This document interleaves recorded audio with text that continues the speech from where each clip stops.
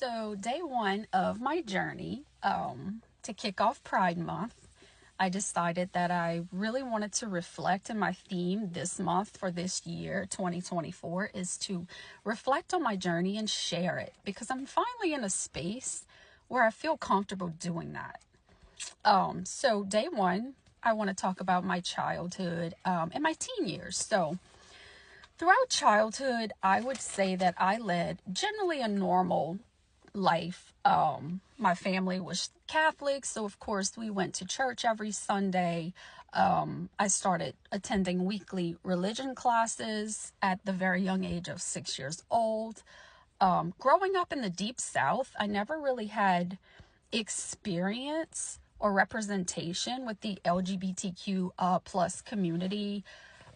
So all I knew was heterosexual life, The adults said that I was to be a good Catholic girl, say my prayers, find a good man to marry, and have children.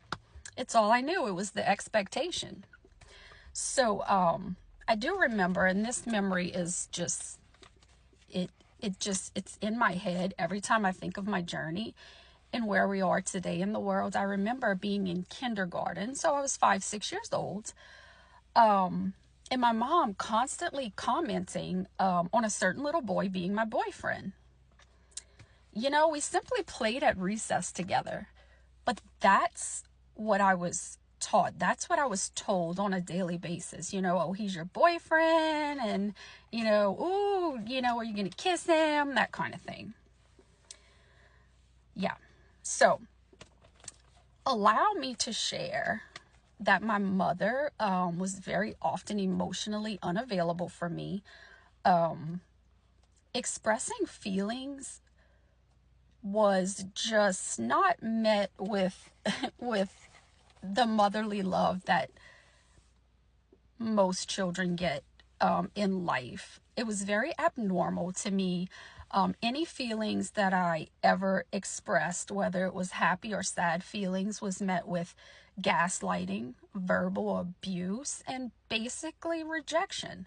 I learned quickly at a very young age to hold my feelings in.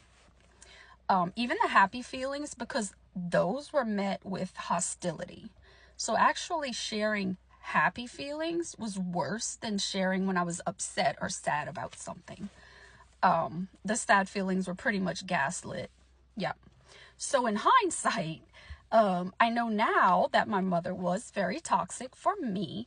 Hence the broken inner child that I work daily for the last few years, pretty much since I started the journey that I am on today with coming out and my path there, and basically trying to fix that inner child as an adult. My father has been mentally ill my entire life, so you can guess how that abusive story goes. Am I a victim? Never. I never see myself as a victim. I never dwell on what happened to me. I've used it to make me stronger. I feel like I'm a survivor. And I feel like it's made me a very strong, loving person and a mother that I am today, myself. Teenage me. Of course, I participated in confirmation through my church. After confirmation, I actually went on to teach religion. I was named by our bishop as a Youth of the Month. I was very popular and active in our church.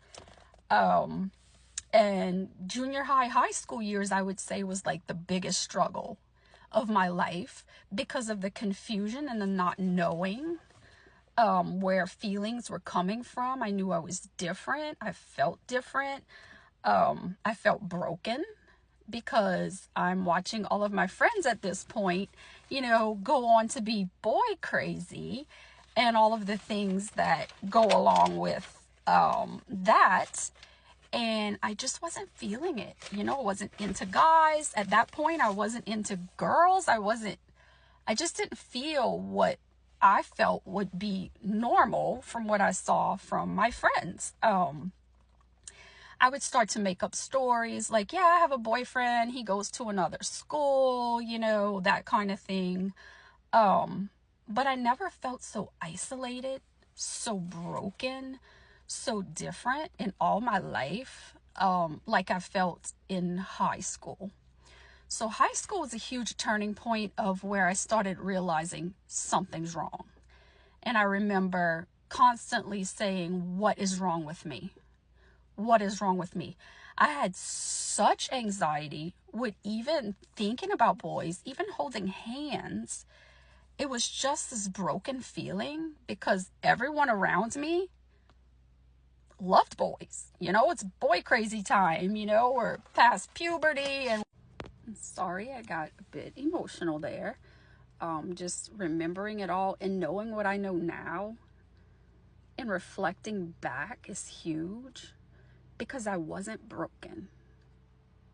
Nothing was wrong with me. I just didn't know myself. I didn't know who I was. So I'll leave you guys with that. And we'll go through day 2 tomorrow of me graduating high school and moving on to college and what that journey looked like for me.